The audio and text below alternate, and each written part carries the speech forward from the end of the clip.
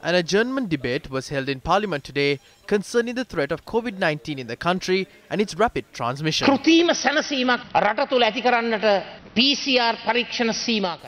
tests in the country were limited to create a false sense of relief within the country and announced a general election. What has happened today? The country is unsafe once more because of the third wave. However, they rose to power in order to ensure the safety of the country. National security is not ensured through guns, tanks and artillery. What was done with the COVID-19 fund? Was the health infrastructure of the island developed through it? Were the ICU beds increased? Were the number of ventilators increased? No. The government engaged in corona politics. First, they relied on rituals and pots.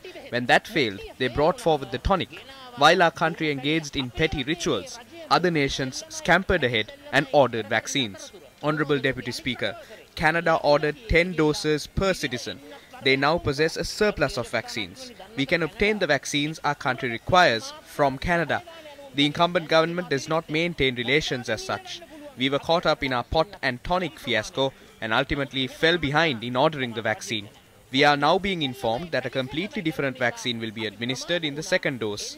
Politicians decide the efficacy and safety of the vaccines. If the people are administered vaccines which have not been approved by the WHO, I consider it a criminal act. I regrettably state the government's corona politics has brought the country to its knees. Corona දේශපාලනය කිරීම නිසා අද මුළු රටම අන්ත අසරණ භාවයට පත් වෙලා තිබෙනවා කියන එක මම මේ අවස්ථාවේ කනගාටුවෙන් හෝ කියන්නට. කොවිඩ් වසංගතය පාලනය කිරීම සඳහා අපගේ මූලික උපාය මාර්ගය වන්නේ Our primary strategy to contain COVID-19 is vaccination. The WHO's directive is clear. If a stringent authority and a certain country's regulatory authority clear a particular vaccine for use, it can be used. In our country, the regulatory authority is the NMRA. That is why the NMRA decided to give the green light for the Sputnik vaccine to be administered to the people. The NMRA provided its approval for the AstraZeneca vaccine and commenced vaccination on our people prior to the WHO granting approval for the relevant vaccine. Therefore, we placed an order for 13 million doses of the Russian Sputnik vaccine. The entire consignment of vaccine will be delivered to the island within this year in portions. Further, 8.4 million doses of the AstraZeneca vaccine will be sent to us through the COVAX facility in the coming months. We have also ordered 5 million doses of the American Pfizer vaccine. We will take delivery of that consignment within this year. 600,000 doses of the Chinese Sinopharm vaccine are currently stored in the country. We possess the ability to fully vaccinate more than 60% of our total population before the end of this year. පූර්ණ එන්නත්කරණය කිරීමට අපිට හැකියාව තිබෙනවා. I request the government to utilize the Nelum Pokuna Theatre to place beds and treat patients. Do not attempt to establish tertiary care centres because it contributes to the spread of the virus. Use the Millennium Building of the Colombo South Hospital.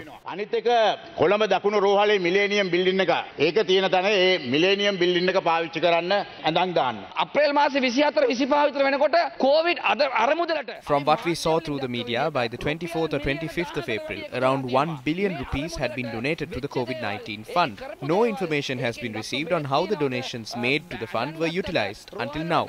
Even when the second wave came about, they were preoccupied with passing the 20th Amendment. We urged the government to rely on scientific fundamentals and to import the vaccine.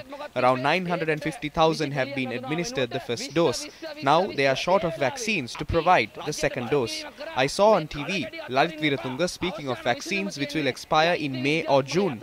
Those too can only be administered to around 250,000 people. The other 600,000 will be rendered helpless. What hope do they have?